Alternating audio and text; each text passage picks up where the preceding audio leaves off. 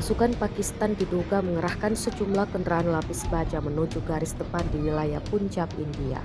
Rekaman iring-iringan kendaraan tersebut diunggah melalui kanal Telegram pada Kamis 8 Mei 2025, memperlihatkan deretan kendaraan militer yang melintas dengan pengawalan ketat.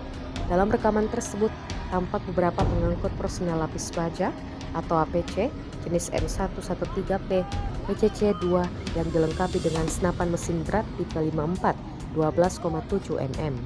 Kendaraan ini dikenal tangguh dalam mobilitas dan perlindungan personel di medan pertempuran.